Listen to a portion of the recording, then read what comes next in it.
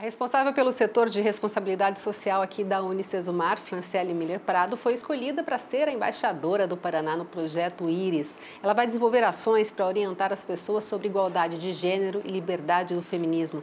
E é com ela que a gente bate um papo agora. Bem-vinda, Fran. Obrigada, agradeço a oportunidade de estar aqui no nosso universo do conhecimento, né? Exatamente. Falando por esse tema tão importante. Mas eu começo falando uma coisa para você. Não é liberdade do feminismo, né? É sim liberdade do feminino. Ah, do feminino. Do feminino. Mas depois eu explico melhor o porquê, então você vai entender sobre por que eu estou falando isso. Corrigido, então, a tempo. Então, tá bom. Fran, como é que surgiu essa proposta de você fazer parte desse projeto tão interessante? Então, Elaine, esse projeto, né, ele foi desenvolvido pela Ecos, né, que é uma escola, uma das maiores escolas de inovação do Brasil, que existem ramificações na Austrália, em Portugal e aqui no Brasil, em São Paulo. Essa escola, então, ela trabalha com uma abordagem do design chamada Design Thinking, né? Só explicando um pouco do que se trata, né, essa abordagem. É uma abordagem, como eu falei, que pode ser entendida como uma metodologia. Mas, teoricamente, a gente fala uma abordagem com foco no ser humano que resolve problemas complexos. Então, nada mais é do que um modo inovador da gente pensar em problemas complexos da sociedade.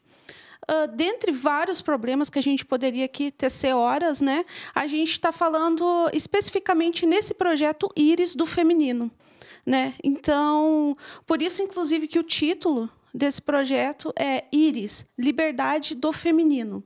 Agora, explicando o porquê, né, do feminino, porque a gente sabe que existe, então, beira um estigma, um preconceito em relação ao feminismo, né? Por vezes mal interpretado, né? Por questões ideológicas, né? Mas o feminino que esse projeto propõe abordar é um resgate dos valores femininos. Por que o resgate dos valores, né? A partir do momento que a gente entende as diferenças e as dificuldades da mulher na sociedade, a gente cria o que a gente chama, inclusive no design, de empatia, né? Então, a gente tem empatia pelo aquele problema, né? E começa a entender melhor isso, né? E a ideia é que não apenas mulheres participem desse projeto, mas também homens, né? Então, esse projeto, como eu falei, surgiu em São Paulo e ele tem como objetivo pensar no futuro da mulher em 2030. Então, pensando no contexto que a gente está hoje, né, de vários problemas relacionados, violência relacionada à mulher. Inclusive, recentemente, eu vi uma reportagem do Observatório dos Direitos Humanos Mundial, alertando que no Brasil existe uma epidemia de violência de gênero, né? Então, as mulheres do Brasil estão muito suscetíveis, né? Estima-se que mata-se mais mulher no Brasil do que na Síria, que são países de guerra. Nesse bate-papo que a gente está tendo aqui, né, se a gente calcular que uma mulher ela é violentada no Brasil a cada 1 minuto e meio, Uau. Né? Então é um dado gritante. Assustador. E a cada 9 minutos uma mulher sofre uma violência sexual, né? Então é um contexto muito crítico, né? Numa lista de 146 países, de uma pesquisa internacional que foi realizada, o Brasil ocupa 95 dos países mais violentos. Então, realmente precisa de modelos de inovação para pensar como resolver esse problema, que é um problema complexo. Com certeza. Porque se ele fosse simples, nós já teríamos resolvido Exatamente. há muito tempo. E né? a sua missão é justamente essa aqui no Estado, trabalhar Justamente. isso. Inclusive, hoje, cheguei de São Paulo, a gente esteve numa imersão de 5 dias, né, no Design Thinking, né, de pensar futuros desejáveis para as mulheres em 2030. Então, para isso, a gente fez um resgate do passado, a gente pensou o presente por meio de todas essas estatísticas que a gente conhece, que eu listei algumas aqui, e olhamos para o futuro, né? Então, a ideia foi a gente fazer uma espécie de um treinamento lá na Escola de Design Thinking, e esse treinamento, esse workshop, a gente vai replicar aqui. Inclusive, aqui na Unicesumar, a proposta é que a gente realize aqui na Unicesumar esse workshop e também em outros espaços aqui de Maringá, Londrina, né? E com esses dados que serão colhidos aqui, né, do que as mulheres, o que você, Elaine, gostaria para 2030 para as mulheres, o que o seu marido gostaria, né, o que o seu filho, o seu irmão, o meu primo, né, enfim, o que todos gostaríamos para 2030 para as mulheres. Então, a gente vai fazer uma espécie de uma triagem, um mapa, né? Só que esse mapa ele vai ser construído com base no design thinking. Então, vai ser o design thinking ele é formado por alguns pilares, né? Que a gente chama de empatia. Então, a gente primeiro vai gerar empatia para esse problema. A gente vai por meio de um processo de colaboração, né? E depois a gente vai compartilhar. Então, é uma construção, né, quase que por meio de um processo artístico, que vem do design mesmo, né? O design projeta. Uhum. Então, a gente vai projetar essas ideias e vai levar lá para São Paulo, para a gente, o Paraná, juntar com o Maranhão. Nós somos em 9 embaixadores de vários lugares do país. Então, a gente vai reunir todas essas ideias que surgiram em diferentes lugares do país e a gente vai desenhar um mapa desse futuro desejável.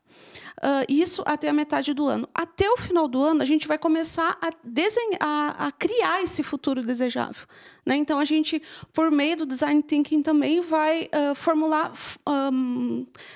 mecanismos, né, para a gente construir esse futuro desejável. E é uma missão bastante difícil, né? Porque assim, não passa um dia que a gente não veja aí na imprensa, qualquer lugar tem 1, 2 casos de mulheres sendo assassinadas, espancadas, né?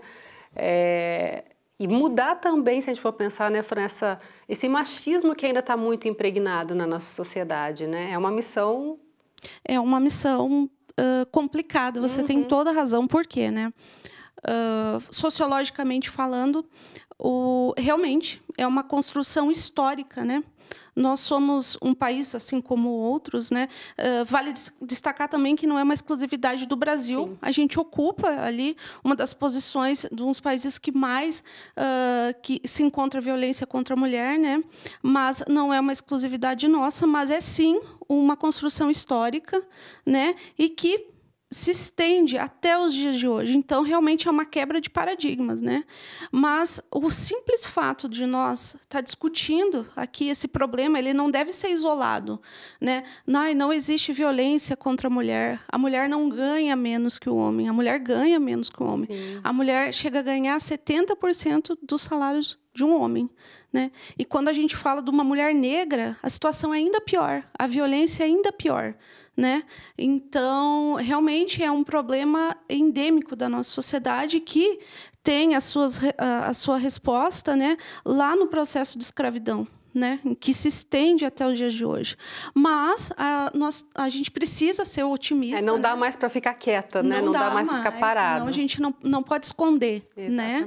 Então, a gente precisa discutir, trazer essas pautas, né? Porque é uma realidade. E mais do que trazer pautas, eu acredito, né, é a gente agir. Exatamente. Né? Mas agir... eu acredito na colaboração dessa ação, né?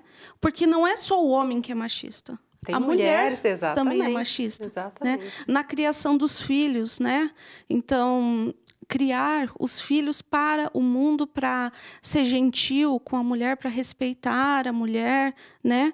Para saber que ela é como ele. Porque... o objetivo não é que as mulheres sejam mais que os homens. Exatamente. Não é que a gente consiga ter o mesmo salário, a mesma oportunidade e não ser violentada na rua, né? Exatamente. Então, é um assunto muito sério, né? E que passou da hora da gente... E que legal que existem esses movimentos, né, como o Projeto Íris, para a gente trazer para a pauta, né, essa discussão. Com certeza, super importante. Obrigada, parabéns. Obrigada. Aí que a sua missão tem um sucesso absoluto. Obrigada pela oportunidade. Imagina. E estou à disposição. Muito obrigada.